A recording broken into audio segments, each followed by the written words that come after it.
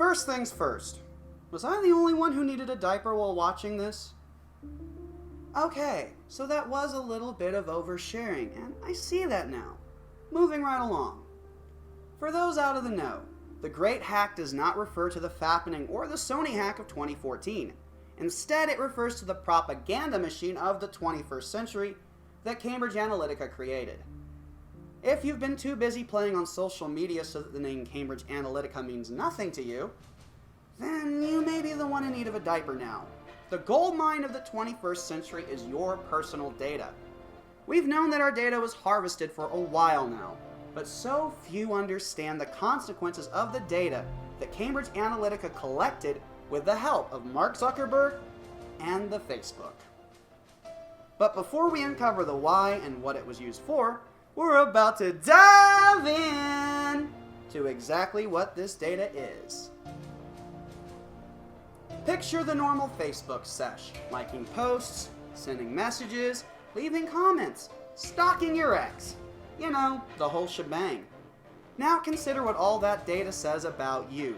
The places you visit, the movies and shows you like, the memes that define you as a human being. Your personal opinions are being used for the biggest focus group test ever conceived.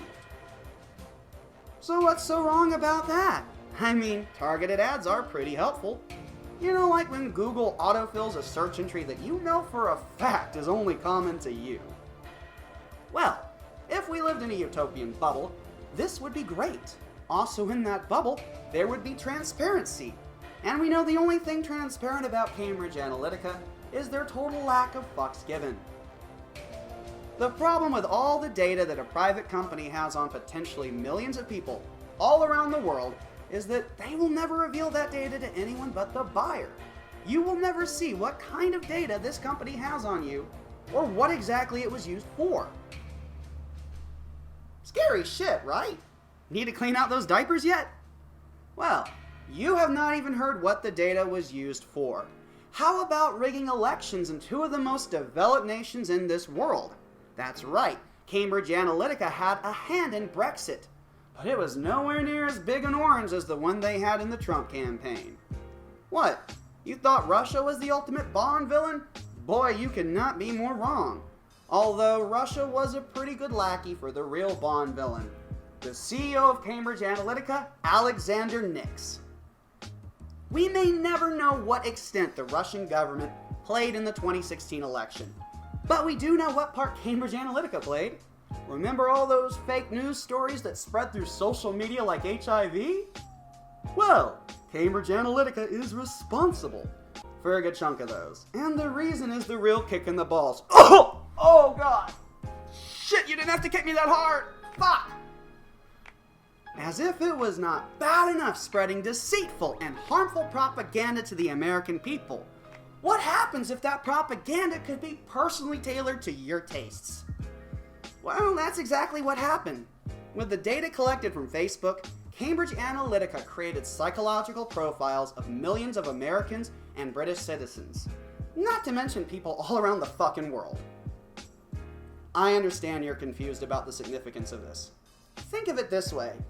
You know your crazy family that started getting political for the first time in their lives during 2016? Well, the reason for that is Facebook. Yes, I knew that you knew that part, but the part that many are missing is why for the first time in history, propaganda was more effective than it was in Nazi Germany. These stories were tailored to your family's fears and hopes.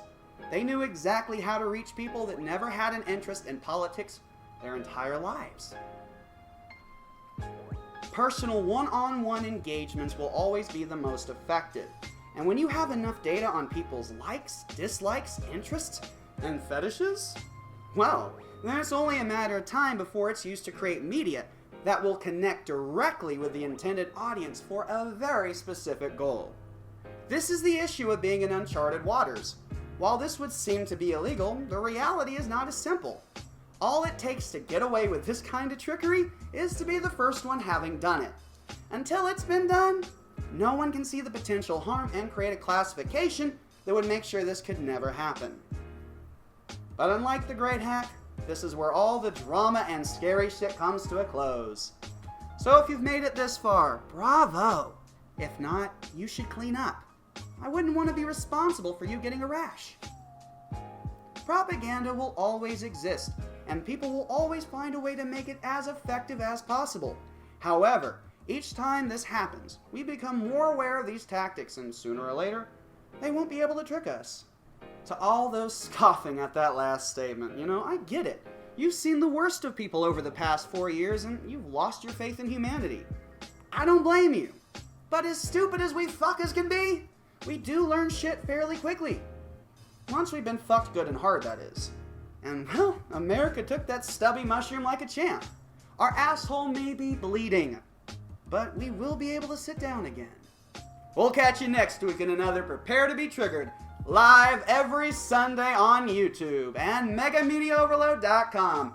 This is @GamerGuy1991 signing off, and we'll catch you on the flip side.